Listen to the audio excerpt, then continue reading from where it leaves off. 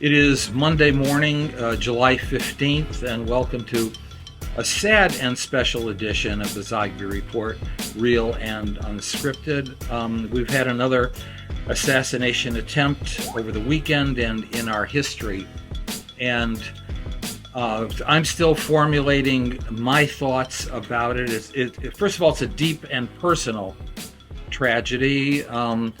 People should be able to run for president without having to worry about this sort of thing happening.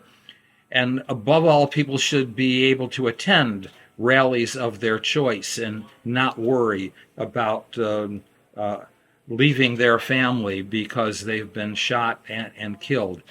This was terrible. No matter what anyone's feelings are about Donald Trump or Joe Biden or Bobby Kennedy or anyone, this is a terrible thing.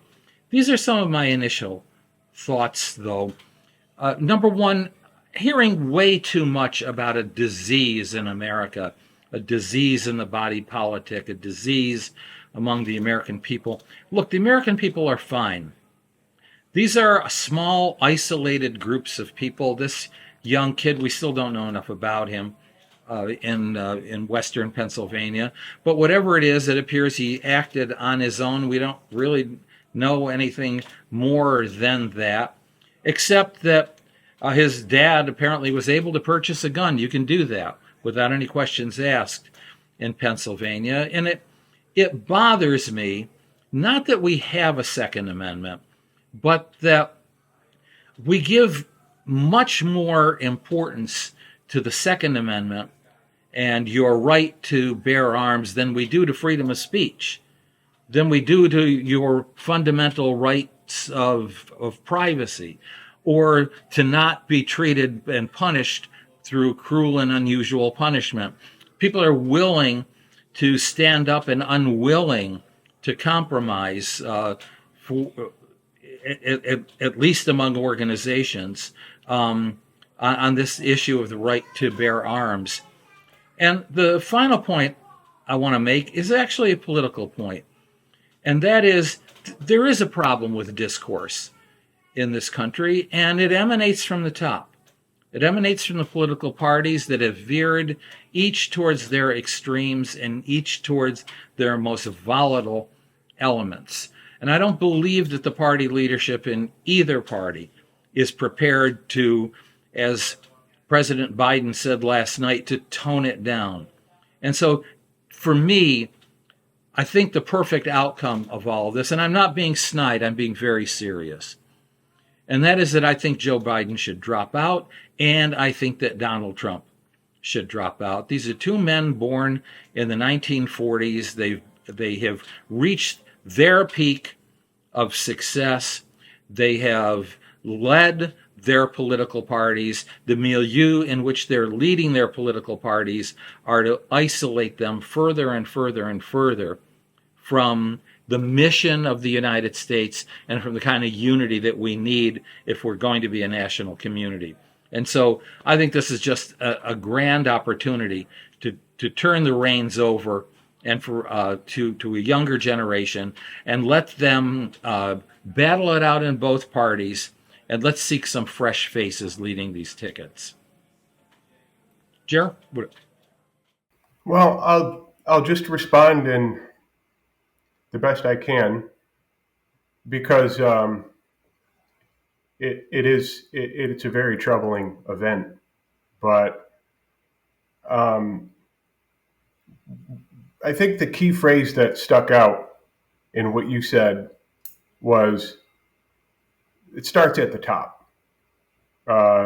It's not really the fault of the people. It's the leadership. And that I think a great deal of our problems go back to the top and emanate their way down. I've heard this term, the osmosis of leadership. If there is good leadership, it filters down to the people. If there's poor leadership, it filters down to the people. I don't think it would be a radical thing to say that whether it's a presidency under Trump or whether it's a presidency under Biden, there's awful, terrible leadership. And I tie that into what you say about the First Amendment and the Second Amendment and the political discourse. I'll just say, starting with the Second Amendment, the reality is this happens everywhere and anywhere. It just happened in Slovakia. It happened in Mexico. It happened in Tanzania. It happened in Ecuador and a lot of countries in the past year or two. And in the case of Slovakia, that was just weeks ago, where a person fired on their president, Fico, I believe. And all of these countries probably have stricter gun laws. This is my point. I'm not coming at this from a diehard Second Amendment fan. I'm looking at it as it is. I think that this event is more to do with the leadership in the political discourse that is set from the top and filters its way down. First of all, this country is abandoning the First Amendment. I think it's pretty clear. They, for many years, have limited discussion and relegated individuals who don't fit within the allowable opinion to the outer skirts, to the fringes. And that's the environment that becomes ripe when you say this is acceptable discourse, and if you don't fit in here, that creates tension. That sows seeds of destruction. That rips apart the cultural fabric. And that is coming from former President Trump. That is coming from current President Joe Biden. And it's coming from a good deal of the national media. And I think that we are reaching, perhaps, and I don't want it to be this way, I think we are reaching the point of no return. Now, you made a good point. The American people are fine. Most people want to do their job. They want to come home. They want to spend what little time that they have with their kids or with their loved ones or with their pets or whoever is their loved one or all of the above. And they want to go about their life, and they want to put just enough money away so that they can have a secure retirement or maybe a vacation or two in between, or something to enjoy life. People don't want to go out into the streets, and they don't want to do what often happens has happened in Latin America, or what is currently going on in Haiti. Nobody wants that. But when opinions are stifled and when loggerheads are constantly butting and when there's finger pointing, I see it happening right now in this response. This should be a way to bring national community together. And I'm not really seeing that. I'm seeing quite the contrary. I've heard some people on the left say, oh, they should have had a better shooter. I'm hearing some people on the right, it's your fault. You're disgusting. And what I fear and what I see, unfortunately, leading up to potentially the point of no return, is a whirlpool. And that while the people are all right and okay, the forces like a whirlpool will force most people, or many, I don't want to say most, many people, too many people, a critical mass of people, into that vortex, which becomes you have to choose a side. And the finger pointing is starting. And when the finger pointing starts after an event like this, that's when the dam can break. And so my final word is, do not take a side. If there's anything we can learn from this, and I'm sorry, I'm a political analyst and a pollster, but I have some advice. Do not get pulled or roped into the emotional drama of this. There's going to be more. There will be a lot more. Don't get sucked into the whirlwind. And right now, I want to say, this is the last thing I'll say. Somebody wrote to me from overseas, and they said, how are you handling these dark times?